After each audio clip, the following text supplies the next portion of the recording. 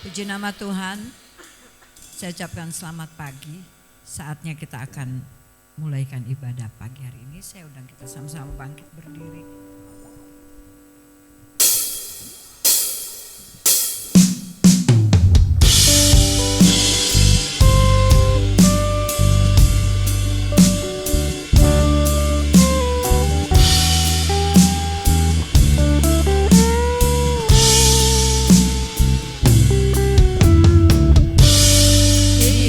Yesusku, penyelamatku, tiada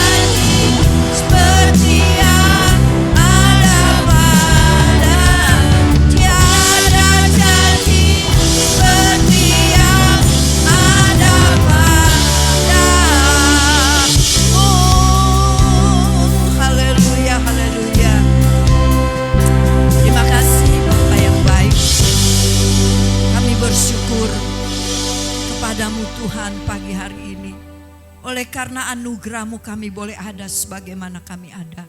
Engkau sudah memberikan kepada kami kesehatan, kekuatan, sehingga kami boleh berada dalam bait-Mu. Dan saatnya kami mau mempersembahkan pujian syukur kami kepada Engkau. Dan biarlah kehadiran-Mu Tuhan di tempat ini memberi sukacita, memberikan kedamaian dalam hati kami. Sehingga saat kami mempersembahkan pujian kami, biarlah pujian itu menyenangkan hati Tuhan. Kami percaya Tuhan, di mana ada kemerdekaan, di situ kami ada kebebasan. Kebebasan untuk memuliakan Engkau, kebebasan untuk mengagungkan nama-Mu. Dan kami percaya, di mana ada Roh Kudus, maka tidak ada kuasa lain di dalamnya. Hanya kuasa Allah yang maha tinggi yang bertakhta di ruangan ini, di tempat ini, di hati, di pikiran kami, di dalam pujian kami. Ada Engkau bersama kami. Terpujilah nama-Mu. Kami berdoa buat saudara-saudara kami yang lain Tuhan. Mungkin mereka masih dalam perjalanan. Mari Bapa, tuntun mereka, bawa mereka, tibakan mereka tempat ini dengan tidak kurang satu apapun. Terima kasih Tuhan, kami memulaikan ibadah ini dari pertengahan sampai akhirnya ke dalam tangan kasih dan kemurahan Tuhan. Kiranya urapan baru menyertai kami, song leader, singer, pemain musik, pemain tamborin, bahkan hamba-Mu yang Kau sudah persiapkan untuk melayani kebenaran firman Allah. Terima kasih Bapa, dalam nama Tuhan Yesus Kristus kami sudah berdoa dan mengucap syukur. Haleluya, amin. Puji nama Tuhan. Silakan duduk. Tuhan Yesus itu begitu baik, sangat baik dalam hidup kita ya, sehingga kita boleh ada saat ini. Seberapapun kita yang ada, kita mau bersuka cita di dalam Tuhan. Haleluya.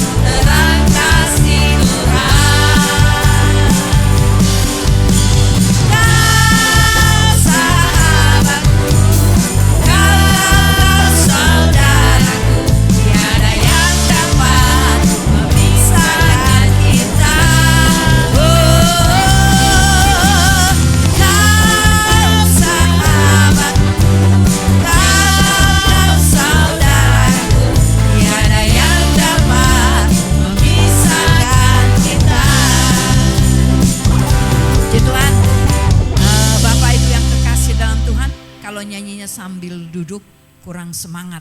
Untuk itu saya undang kita sama-sama bangkit berdiri saat katakan bergandengan tangan, gandenglah kanan kiri saudara. Haleluya. Kalau nggak ada di tengah, haleluya.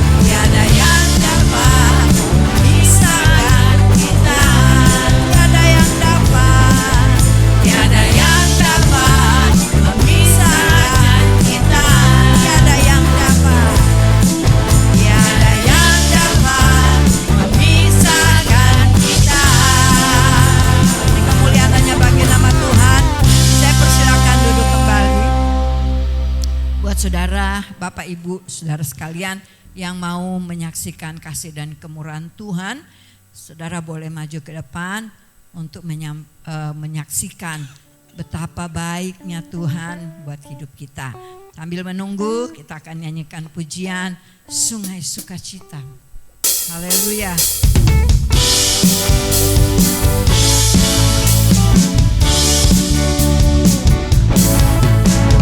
Sungai sukacita mengalir dalamku.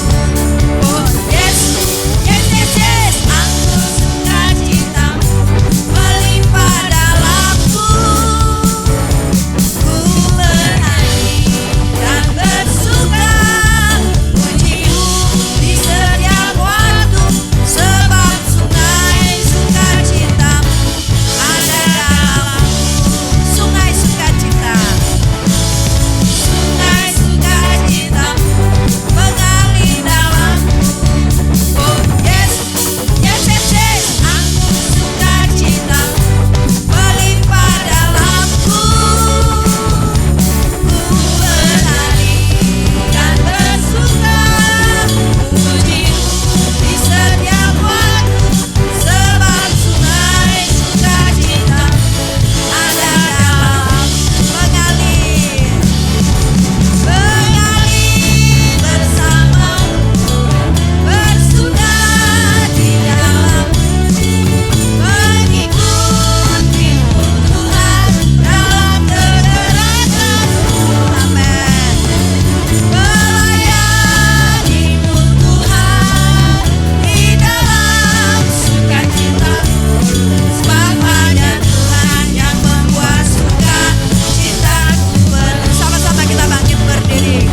Mengalir, mengalir bersamamu, bersuka di dalammu, mengikutimu Tuhan dalam kegerakanmu. Amin, amin. Melayanimu Tuhan di dalam sukacitaku, sebab hanya Tuhan yang membuat sukacitaku penuh. Sungai sukacita, sungai sukacita mengalir dalamku. Oh yes, yes, yes, yes, anggur sukacita melimpah dalamku. Ku menari dan bersuka, puji-Mu di setiap waktu, sebab sungai sukacita ada dalamku. Mengalir, mengalir bersamamu, bersuka di dalammu, mengikutimu Tuhan dalam kegerakanmu. Amin. Melayanimu Tuhan di dalam sukacitamu, sebab hanya Tuhan yang membuat sukacitaku penuh. Sebab hanya Tuhan, sebab hanya Tuhan yang membuat sukacitaku penuh. Sebab hanya Tuhan, sebab hanya Tuhan yang membuat sukacitaku penuh. Beri kemuliaan hanya bagi nama Tuhan. Puji nama Tuhan. Kalau tidak ada yang mau bersaksi, kedatangan saudara menyatakan bahwa saudara diberkati Tuhan, diberi sehat Tuhan, itu merupakan satu kesaksian yang luar biasa. Kita akan mendengarkan firman Allah, kita akan angkat pujian kita lebih tinggi dari gunung. Haleluya. Yesus di atas segala-galanya. Dia adalah pengharapan jiwa kita. Oleh sebab itu mari kita buka hati kita untuk firman Allah yang bisa merubah sikap hati kita. Hati saudara, hati saya. Ya, tidak ada satu manusia pun yang bisa merubah. Hanya Tuhan Yesus Kristus yang dapat merubah hati saudara dan saya. Haleluya.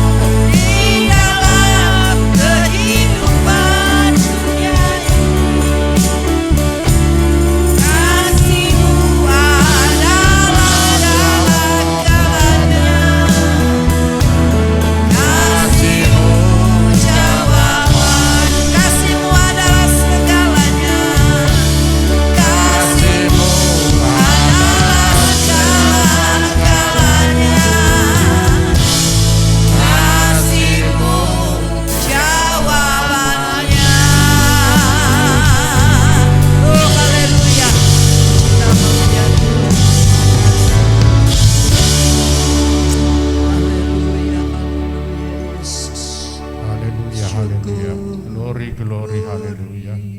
Puji nama Tuhan. Bapa di sorga, Puji namamu. Bapa yang kami sembah, kami puji, kami muliakan, kami tinggikan, kami agungkan. Dan kami percaya ya Tuhan melalui anak-Mu Tuhan Yesus Kristus yang menjadi Tuhan dan Juru Selamat kami yang hidup. Di minggu ini ya Tuhan kami bersyukur dan berterima kasih kami boleh ada. Ini adalah anugerah-Mu buat kami. Terima kasih Tuhan atas waktu yang Tuhan berikan bagi kami berjumpa dengan Engkau melalui ibadah minggu pagi hari ini. Kami sudah menyembah Engkau ya Tuhan dengan pujian kami, dengan kepercayaan kami, dengan iman kami ya Tuhan terhadap Engkau dan pengharapan kami. Tiada yang lain selain daripada Engkau ya Tuhan. Engkaulah jawabannya melalui kasih-Mu ya Tuhan. Kami membutuhkan Engkau ya Tuhan melalui firman. Karena firman itu adalah kekuatan kami, mengingatkan kami, menegur kami, mengubah kami ya Tuhan. Hanya firman-Mu yang bisa mengubah kami. Berkati hamba-Mu yang menyampaikannya, berkati kami semua ya Tuhan yang hadir saat ini. Berkati yang tidak bisa hadir juga ya Tuhan jemaat-Mu. Secara khusus berkati hamba-Mu Pendeta Markus dimanapun saat ini. Seperti kami diberkati saat ini. Terima kasih Tuhan. Inilah doa kami, inilah permohonan kami. Dalam anak-Mu Tuhan Yesus Kristus. Kami sudah berdoa dan mengucap syukur, haleluya. Amin. Puji Tuhan. Haleluya. Puji Tuhan. Haleluya, puji Tuhan. Amin. Puji Tuhan. Bersyukur pada Tuhan pada hari ini masih kembali diberikan kesempatan untuk melayani, menyampaikan firman Tuhan.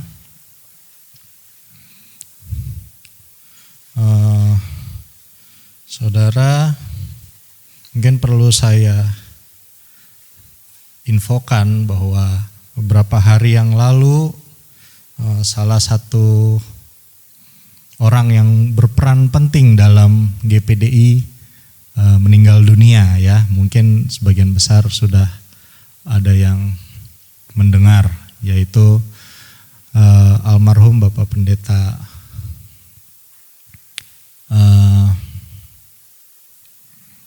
Ahamande, Andre Hanimande ya.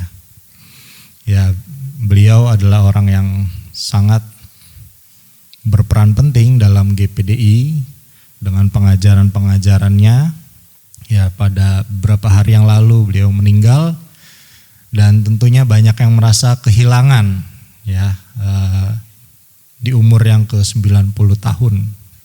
Sudah sangat tua, tapi beliau sangat dihormati karena kesederhanaannya dan karena pengajarannya yang luar biasa.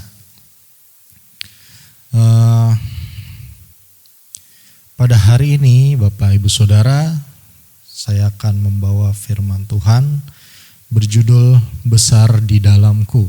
Sebentar.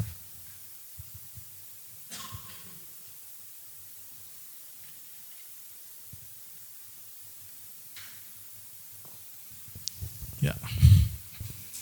Besar di dalamku.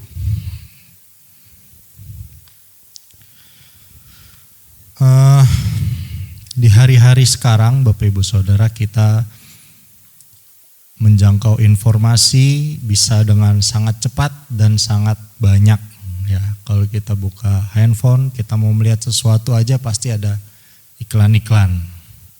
Dan itu mungkin dalam satu video iklannya bisa 2-3 gitu ya. Informasi yang diberikan begitu banyak. Berita-berita yang kita dapatkan bukan hanya dalam negeri, tapi juga sampai di luar negeri. Kita tahu apa yang bagaimana keadaan di luar negeri. Sampai terlalu banyak ya hal yang mempengaruhi kita, menarik perhatian kita, sehingga kita tidak lagi fokus pada hal-hal yang sifatnya esensial atau yang inti dalam kehidupan kita. Bahkan saya pernah melihat juga di internet bahwa kalau kita mengajar anak kita memperbolehkan anak kita memberikan handphone di usia masih muda, itu bisa mempengaruhi kemampuan fokus anak itu. Gitu. Jadi kalau anak itu terbiasa pegang gadget, dia akan susah buat dipanggil atau kehilangan fokus, mudah kehilangan fokus. Langsung pindah ke yang lain. Gitu. Jadi tidak fokus ke suatu tujuan. Dan itu juga tidak sedikit mempengaruhi kehidupan kita, sehingga kita kurang fokus pada apa yang penting, apa yang esensi dalam kehidupan kita. Sebenarnya apa yang menjadi esensi dalam kehidupan kita? Mungkin waktu kita datang ke tempat ini pun kita disuguhkan dengan banyak hal ya. Ada lighting, musik, sound system, kamera dan sebagainya. Mungkin kita memilih untuk memperhatikan yang ada di sini. Oh, yang ini kurang ini, yang ini kurang ini. Yang ini bagusnya kalau ini, yang ini bagusnya ini. Tapi jangan lupa bahwa ada hal yang sifatnya penting yang tidak boleh diabaikan. Ya. Kita buka firman Tuhan di dalam 1 Samuel pasalnya yang ke-17. Ayatnya yang ke-10 sampai ke-11. 1 Samuel 17 ayatnya yang ke-10 sampai yang ke-11. Sudah dapat katakan amin? Amin. Kita baca bersama-sama ya. 1 Samuel 17 ayat 10 sampai ke-11. Firman Tuhan dalam hitungan yang ketiga. 1, 2, 3. Pula kata orang Filistin itu, aku menantang hari ini barisan Israel. Berikanlah kepadaku seorang supaya kami berperang seorang lawan seorang. Ketika Saul dan segenap orang Israel mendengar perkataan orang Filistin itu, maka cemaslah hati mereka dan sangat ketakutan. Puji Tuhan, sampai situ dulu. Kita melihat ini kisah yang kita sama-sama sudah tahu dari anak sekolah minggu ya. Kisah Goliat yang menantang barisan Israel. Saat itu Goliat seorang raksasa menantang barisan Israel untuk mengadu satu lawan satu. Siapa yang berhasil mengalahkannya maka orang-orangnya akan tunduk. Begitu. Tetapi kita lihat di sini bahwa respon Saul dan segenap orang Israel ketika mendengar perkataan orang Filistin itu, maka mereka cemas, hati mereka cemas dan mereka sangat ketakutan. Sangat ketakutan dihadapkan dengan perkara yang besar, masalah yang sangat besar, mereka sangat ketakutan. Dan saya rasa mungkin manusiawi ya, melihat orang raksasa yang menantang seperti itu, mungkin ketakutan adalah suatu hal yang manusiawi. Kan tetapi nanti kita akan bahas mengapa seharusnya kita tidak takut. Di dalam 1 Samuel pasal yang ke-17 ayatnya yang ke-16 dikatakan demikian, orang Filistin itu maju, mendekat pada pagi hari dan pada petang hari. Demikianlah ia tampil ke depan 40 hari lamanya. Saudara bisa bayangkan, maju mendekat pada pagi hari dan pada petang hari. Demikian ia tampil ke depan 40 hari lamanya. Tidak ada hentinya orang ini mengolok-olok barisan Israel dan mengolok Allah Israel. Tetapi Saul dan barisan Israel saat itu mereka cemas dan sangat ketakutan. Mereka tidak berbuat apa-apa, hanya berdiri memandangi Goliat saja. Pertanyaannya, mengapa mereka merasa cemas? Bukankah Israel itu adalah bangsa pilihan Allah? Dan Saul itu raja yang pada awalnya Tuhan mengiyakan karena Samuel melihat Saul itu memiliki paras yang baik, maka Tuhan mengiyakan. Tapi sebenarnya Tuhan sudah memilih raja bagi Tuhan sendiri, yaitu Daud. Kita tahu kisah ini ya, pada akhirnya Saul ditolak menjadi raja.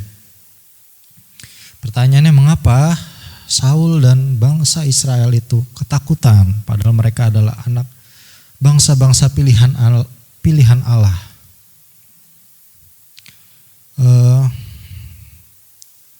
Saya mengawali firman saya dengan fokus atau pandangan kita terkadang salah tentang Tuhan. Fokus ini bukan berbicara satu atau dua kali, tetapi fokus ini berbicara tentang suatu tujuan yang kita selalu pandang, sehingga apapun yang kita lakukan, kita kerjakan, semuanya mengarah kepada fokus itu. Semuanya mengarah kepada tujuan itu. Nah, kita lihat Saul dan bangsa Israel cemas dan takut karena dia memiliki fokus yang salah. Dalam hidup mereka mengejar hal yang salah. Kita buka bersama-sama di dalam 1 Samuel pasalnya yang 15 ayat yang ke-21. 15 ayatnya yang ke-21 berkata demikian. Tetapi rakyat mengambil dari jarahan itu kambing domba dan lembu-lembu yang terbaik dari yang dikhususkan untuk ditumpas itu, untuk mempersembahkan korban kepada Tuhan Allahmu di Gilgal. Ini adalah jawaban Saul ketika Saul ditanya. Pada suatu hari Saul diperintahkan untuk membasmi seluruh orang, seluruh Bani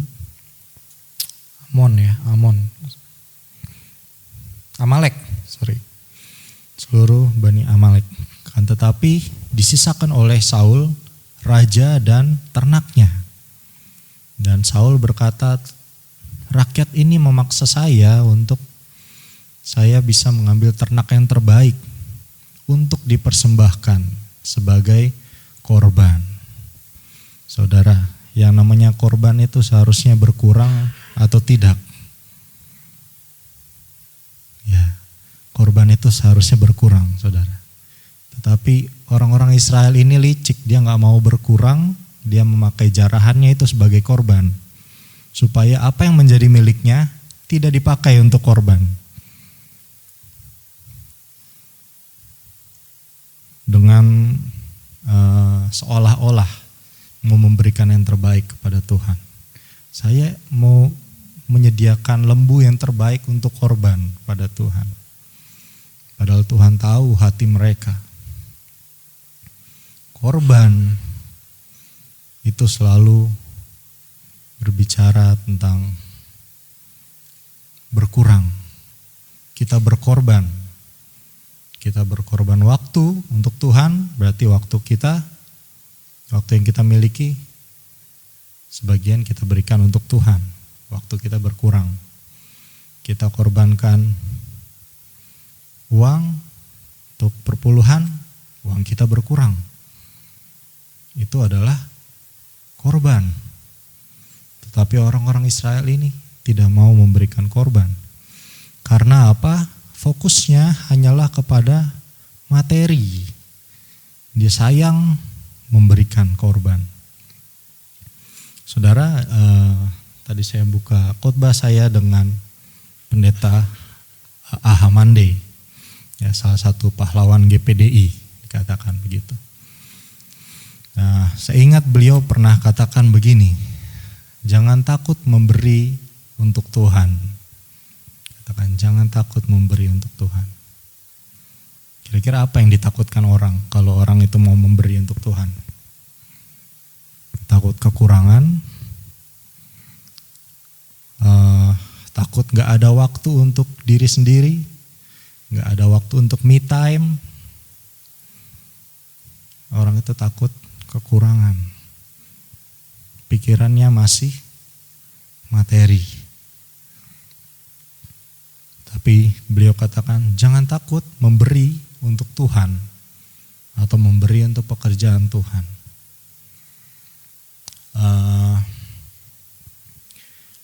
Di dalam sekolah saya diajarkan bahwa kita sebagai hamba Tuhan kita memiliki suatu kebanggaan yang berbeda dengan dunia.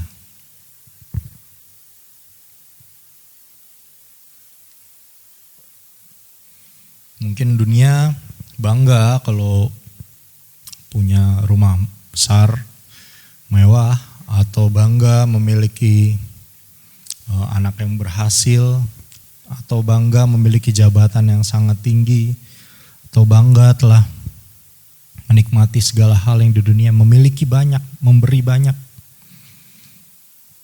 Tetapi kita hamba Tuhan tidak diajarkan untuk bangga pada hal-hal yang seperti itu. Ada satu hal yang kita banggakan dan itu berbeda dengan apa yang dipandang dunia. Mungkin saya ceritakan ada satu kesaksian yang sebenarnya ini adalah kesaksian Bapak Gembala ya. Mumpung orang yang gak ada jadi saya saksikan. Jadi Bapak Gembala ini pernah bercerita di meja makan. Kita kan suka ngobrol di meja makan. Lalu biasa papi mami menceritakan kisah-kisahnya dulu waktu pelayanan. Jadi pada saat itu papi mami sebagai hamba Tuhan GPDI tidak digaji, saudara. Ya, jadi tidak ada pemasukan, benar-benar kita hanya berharap dari Tuhan. Kita cuman manfaatkan dengkul katanya. Modalnya cuma dengkul saudara, biar bisa makan.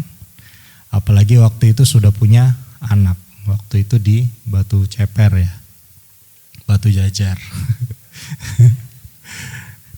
Nah, sama-sama batu jadinya. Nah, dalam pelayanan bukannya menambah penghasilan saudara, justru malah papi itu membiayai kuliah saudaranya. Saudara bisa bayangkan ya, waktu itu jemaat mungkin cuma sedikit ya, masih sedikit. Tapi papi memilih untuk membiayai kuliah saudaranya, adiknya. Untuk makan aja, saya udah kebayang itu, untuk makan aja mungkin mikir-mikir. Sekarang papi harus membiayai adiknya. Kebayang berarti setiap kali papi dapat uang banyak, langsung bayar kuliah. Kira-kira begitu. Bisa dibayangkan begitu. Setiap dapat berkat lumayan nih banyak, langsung bayar kuliah adiknya. Dan waktu itu juga sudah ada anak ya. Sudah ada anak, tanggungannya besar. Tetapi saya mulai bertanya-tanya, kenapa papi memilih jalan itu? Kenapa papi malah membantu saudaranya di saat keadaannya lagi sulit? Keadaannya lagi sulit. Hamba Tuhan GPDI tidak digaji, tapi malah membiayai kuliah saudaranya. Sedangkan untuk makan aja, ya kemurahan Tuhan itu. Kenapa? Karena kita sebagai hamba Tuhan, kita punya kebanggaan. Kita tidak bangga memiliki uang yang sangat banyak misalkan. Kita tidak bangga memiliki tabungan yang melimpah. Itu bukan kebanggaan orang tua saya. Dia bisa menolong saudaranya meskipun dalam kekurangan. Dia memberi lebih dari apa yang ia bisa. Kebanggaan seorang hamba Tuhan adalah melakukan kehendak Tuhan. Dan saya harap ini juga bukan menjadi kebanggaan hamba Tuhan saja, tetapi kita semua adalah hamba Tuhan. Kebanggaan kita adalah melakukan kehendak Tuhan. Jadi saudara belajarlah untuk mengutamakan kehendak Tuhan itu di atas segala-galanya, melakukan firman Tuhan di atas segala-galanya, di atas kepentingan kita, di atas mimpi-mimpi kita. Mungkin kita ada mimpi, kita ada sesuatu yang mau kita capai. Tapi kalau Tuhan memberikan kita sesuatu untuk kita kerjakan, untuk kita korbankan saudara. Jangan kita tahan-tahan. Seperti orang Israel ini, dia memiliki fokus yang salah. Materi, ia mau mengumpulkan materi ini. Pak Hani katakan, jangan takut memberi untuk Tuhan. Saudara, Pak Hani memberikan pengajaran ini. Dan banyak sekali orang yang diberkati, banyak jemaat yang secara ekonomi naik, semua naik. Karena dia tidak takut memberi bagi Tuhan. Dan beliau juga sampaikan begini, seorang hamba Tuhan hidup dari firman Tuhan. Saudara percaya atau tidak, yang saudara miliki, apa yang saudara pijak, yaitu bumi ini, semuanya berasal dari firman Tuhan. Perkataan Tuhan itu menjadikan bumi, langit, serta semua isinya. Dan kita hamba Tuhan, kita harus hidup dengan firman Tuhan. Kalau kita melakukan firman ini, kita bangga. Pada suatu hari, dalam Alkitab diceritakan bahwa Yesus memandangi orang-orang yang memberikan persembahan, saudara. Mungkin ada yang ingat cerita ini. Memberikan persembahan. Ada orang Farisi dan ahli Taurat, mereka mungkin memberikan persembahan yang banyak. Tetapi ada seorang ibu-ibu yang miskin. Dia memberikan sedikit, lalu menjadi bahan omongan orang. Kok cuman ngasih sedikit? Tapi Tuhan tahu, sebenarnya ibu-ibu ini memberikan lebih banyak dari yang kamu berikan. Saudara, kadang kita merasa sudah terlalu besar kita kasih untuk pekerjaan Tuhan ini. Sudah terlalu besar kita kasih, udahlah kita stop. Jangan. Jadilah seperti ibu ini. Dia memberikan lebih banyak dari apa yang dia mampu. Dan ibu ini dipuji oleh Yesus sendiri. Apakah kita tidak mau dipuji oleh Tuhan Yesus? Tentunya mau, kita berlomba-lomba untuk itu. Pujian manusia akan lalu dengan berjalannya waktu. Tapi kalau Tuhan memuji kita, karena apa yang kita lakukan untuk Tuhan itu melebihi kapasitas kita. Kita memberi mungkin bukan persepuluhan lagi, udah lebih dari 10% apa yang diberi oleh ibu itu. Tapi Tuhan katakan, ibu ini memberi lebih banyak dari kalian semua. Karena dia memberi dari kekurangannya. Saudara jangan kira Tuhan itu tidak memperhatikan apa yang saudara beri. Tuhan itu memperhatikan semuanya.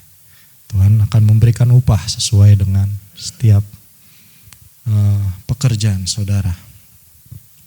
Lalu yang kedua adalah Saul. Saul fokus kepada citra dirinya di depan rakyat sebagai raja.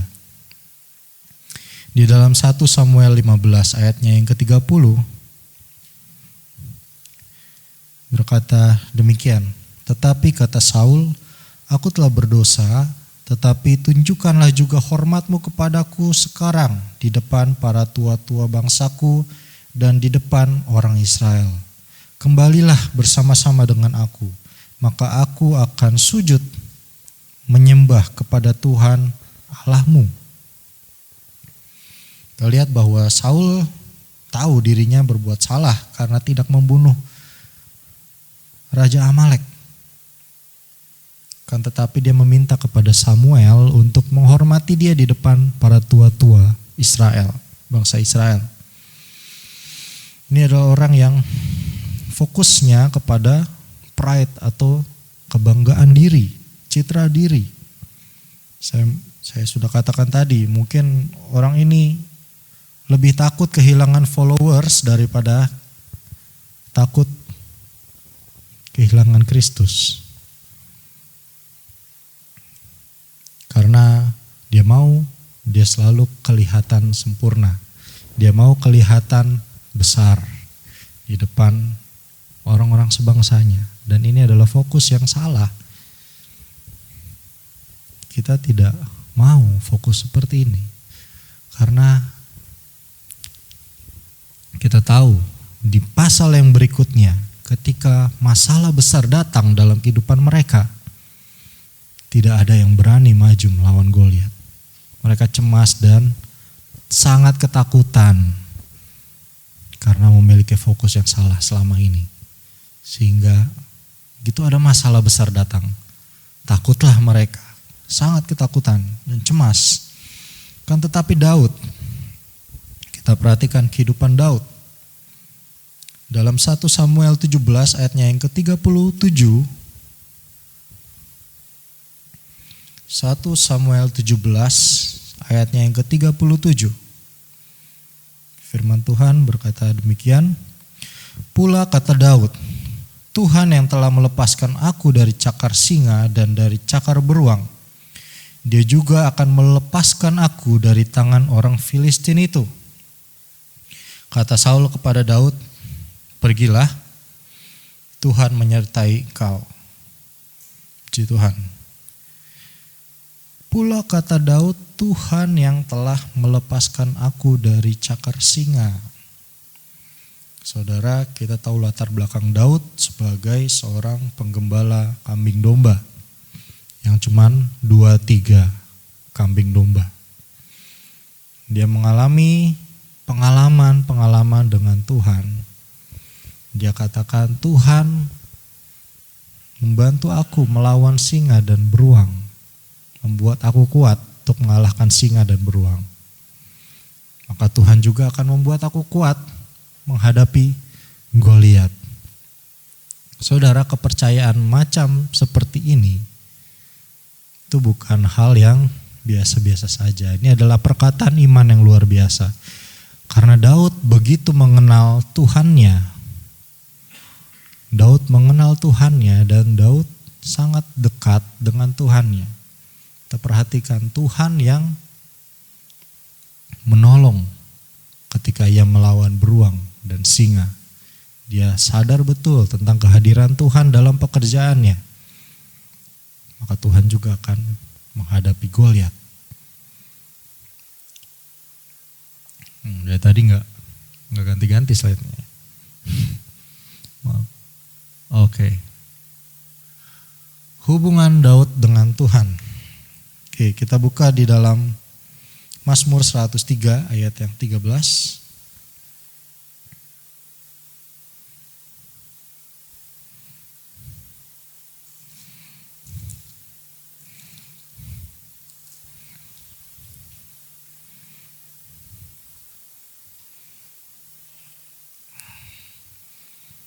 Saya rindu kita semua baca sama-sama.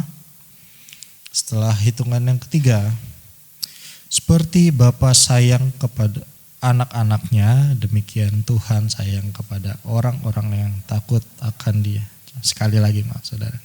1, 2, 3. Seperti Bapa sayang kepada anak-anaknya, demikian Tuhan sayang kepada orang-orang yang takut akan Dia. Puji Tuhan. Ini adalah perkataan Daud. Kalau kita lihat di awal pasal, tuliskan dari Daud.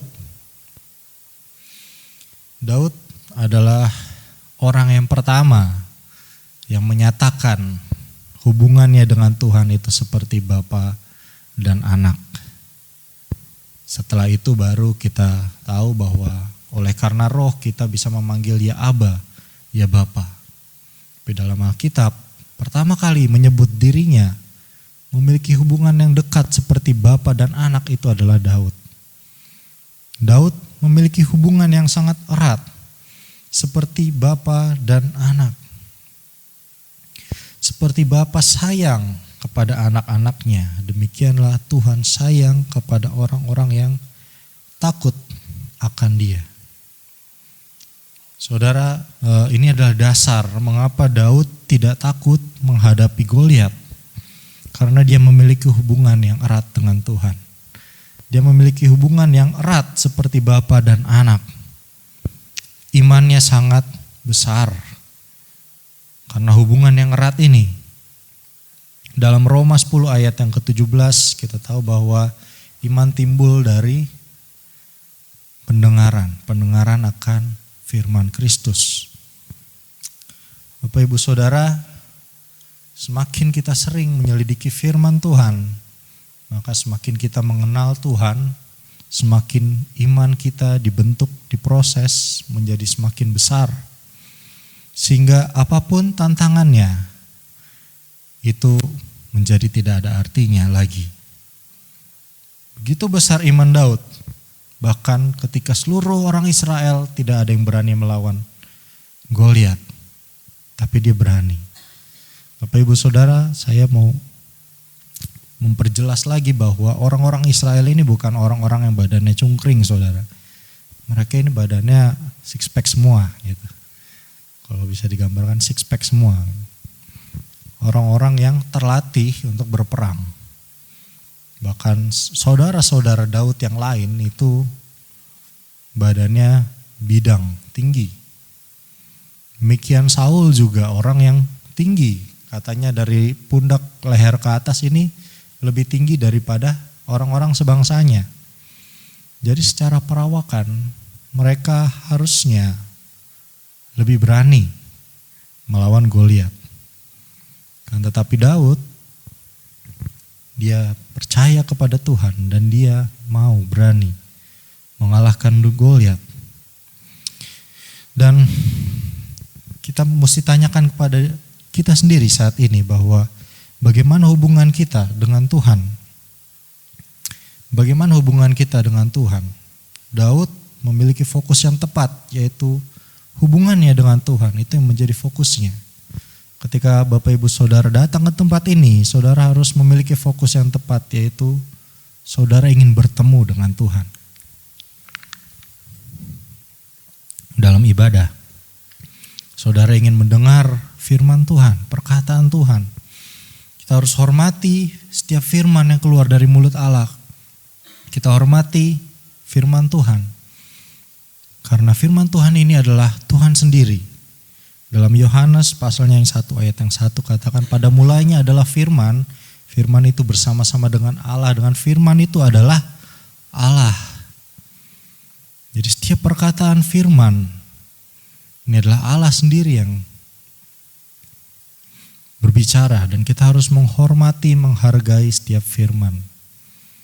Kita anggap setiap kali kita beribadah, kita menjalin hubungan yang dekat dengan Tuhan. Saudara, hubungan itu tidak melulu hanya kita dapatkan waktu kita ibadah. Dalam waktu pribadi kita berdoa, kita membangun hubungan dengan Tuhan. Kita merenungkan firman Tuhan, kita membangun hubungan dengan Tuhan. Bahkan di dalam keseharian kita, di dalam kita melakukan hobi-hobi kita mungkin. Dalam kita beraktivitas, mungkin liburan dengan keluarga kita. Kita bisa membangun hubungan dengan Tuhan. Kita libatkan Tuhan dalam setiap aktivitas kita. Tuhan mau, Tuhan rindu kita selalu melibatkan Dia dalam setiap aktivitas. Karena Dia adalah Bapa kita. Dia adalah Bapa kita yang setia. Dia tidak pernah meninggalkan kita. Dia peduli pada hobi-hobi kita juga. Mungkin ini terdengar sangat asing gitu ya. Tetapi Tuhan itu senang kalau kita senang juga, Bapak Ibu Saudara. Kadang kita liburan sama anak-anak atau sama keluarga, dan saya yakin juga saat itu Tuhan juga senang karena kita menghabiskan waktu dengan keluarga, dan saat itu kita bisa terus berhubungan dengan Tuhan. Tuhan memberkati keluarga kami, lindungi perjalanan kami. Mungkin saudara tidak ucapkan itu dengan perkataan saudara, tapi dari hati saudara, saudara terus melibatkan Tuhan, berhubungan dengan Tuhan. Begitu saudara masuk ruangan ini, Tuhan, saya ingin bertemu dengan Tuhan. Berbicaralah Tuhan. Saya ingin menikmati hadirat Tuhan. Datanglah penuhi hati kami ya Tuhan. Ucapkan itu terus dalam hati saudara. Terus libatkan Tuhan dalam kehidupan kita. Jangan biarkan Tuhan itu diam. Jangan biarkan kita justru fokus ke hal-hal yang lain yang tidak penting. Justru untuk hal yang penting kita justru lalai. Lalu bagaimana caranya saudara? Untuk kita fokus kepada Tuhan, untuk kita mengenal Tuhan lebih dalam lagi, untuk kita merasakan betapa besarnya Tuhan di dalam kita, sehingga kita tidak takut akan apapun juga. Dalam Ibrani pasalnya yang ke-12 ayatnya yang ke-1 sampai ke-2.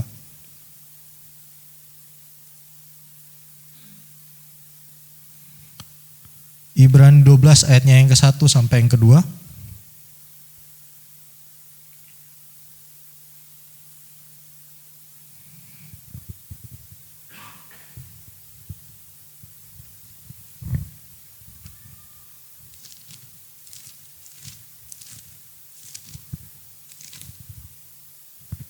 Firman Tuhan berkata demikian.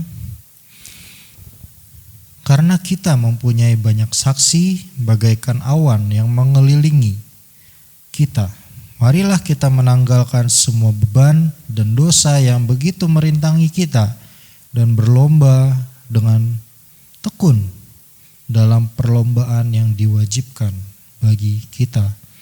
Marilah kita melakukannya dengan mata yang tertuju kepada Yesus yang memimpin kita dalam iman dan yang membawa iman kita itu kepada kesempurnaan, yang dengan mengabaikan kehinaan tekun memikul salib ganti sukacita yang disediakan bagi Dia yang sekarang duduk di sebelah kanan tahta Allah. Puji Tuhan. Jawabannya ada di ayat-ayat ini yang tadi kita sudah baca. Kita harus fokus karena kita memiliki banyak saksi bagaikan awan yang mengelilingi kita. Marilah kita menanggalkan semua beban dan dosa. Kita menanggalkan beban dan dosa. Jadi ada beban, ada dosa. Beban itu bicara tentang apa? Tentang hal-hal yang tidak berguna dalam kehidupan kita. Kita harus tinggalkan supaya kita bisa fokus kepada Tuhan. Kita tinggalkan hal-hal yang menurut kita tidak penting, yang masih terus kita konsumsi. Kita tinggalkan itu supaya kita bisa fokus kepada Tuhan. Dan kita juga harus meninggalkan dosa, mana dosa itu menjadi penghalang antara kita dengan Tuhan, sehingga kita tidak lagi betah di dalam hadirat Tuhan. Saudara, orang yang hidup di dalam dosa, orang itu tidak akan betah tinggal dalam hadirat Tuhan. Apalagi masuk surga, saudara, menderita mereka. Karena itu kita harus tinggalkan dosa. Kita harus tinggalkan dosa, fokus kepada Tuhan. Pandang Yesus katanya. Mari lakukan semuanya ini dengan mata yang tertuju kepada Yesus yang memimpin kita dalam iman.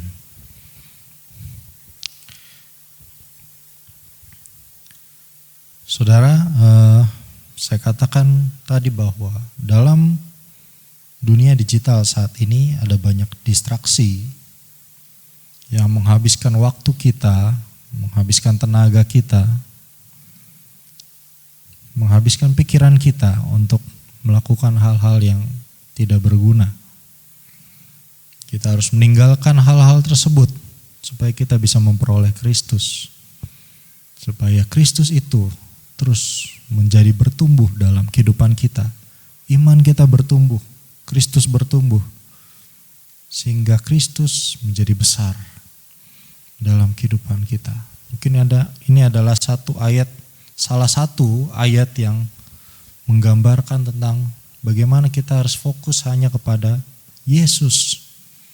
Ada banyak ayat lain yang juga menggambarkan tentang hal ini. Carilah perkara di atas. Lalu carilah dahulu kerajaan Allah, maka yang lain akan ditambahkan kepadamu. Begitu banyak ayat yang Tuhan sampaikan.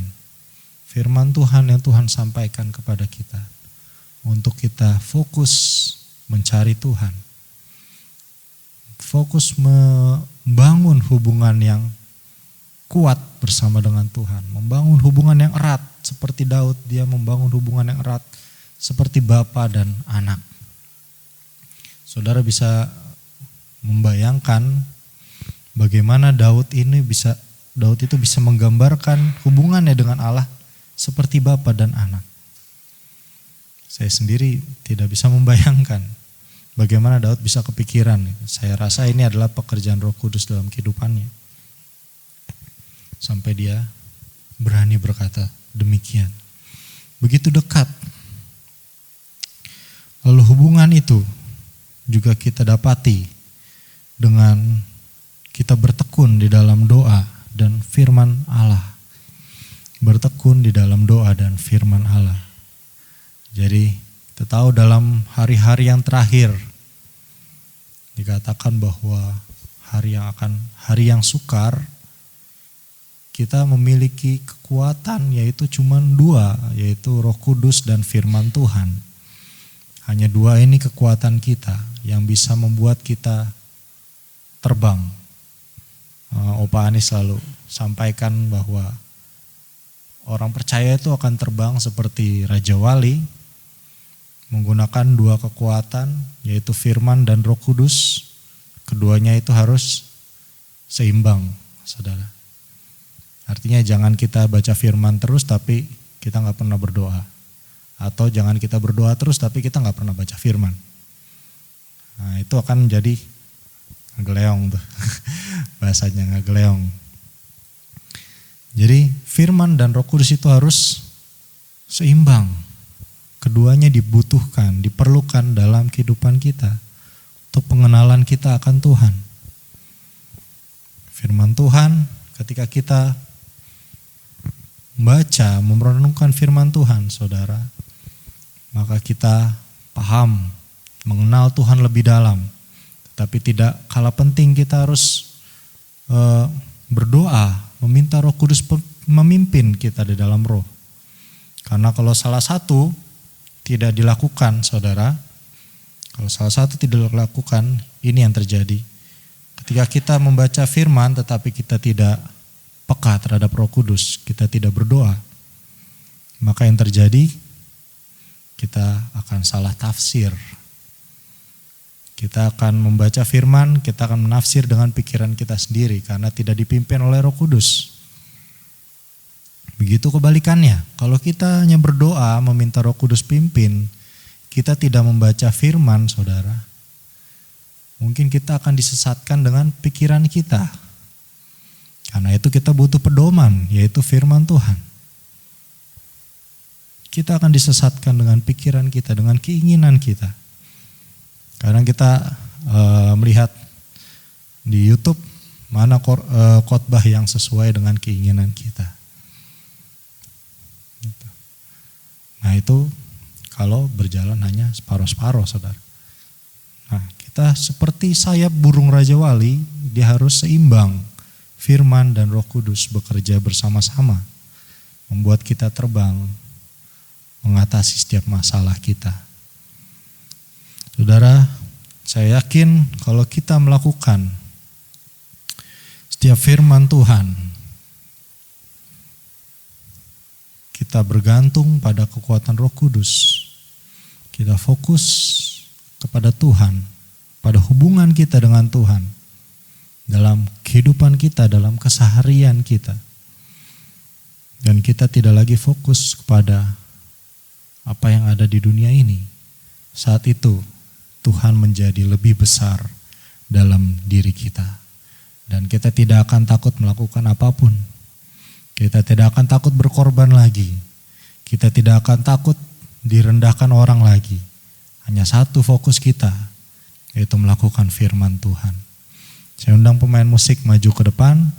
Kita akan nyanyikan suatu pujian yang lama. Kita nyanyikan Yesus terlebih besar. Biarlah hati kita tertuju kepada Tuhan. Kita rindukan hubungan yang erat itu kembali hidup dalam kehidupan kita. Mungkin selama ini kita telah lama mendiami Tuhan. Kita tidak membangun hubungan itu. Tapi saat ini saya mengajak kita semua membangun kembali hubungan kita dengan Tuhan. Dalam keseharian kita, dalam firman, dalam doa. Kita sama-sama membangun diri kita, membangun Tuhan dalam kehidupan kita. Saya undang kita semua bangkit berdiri.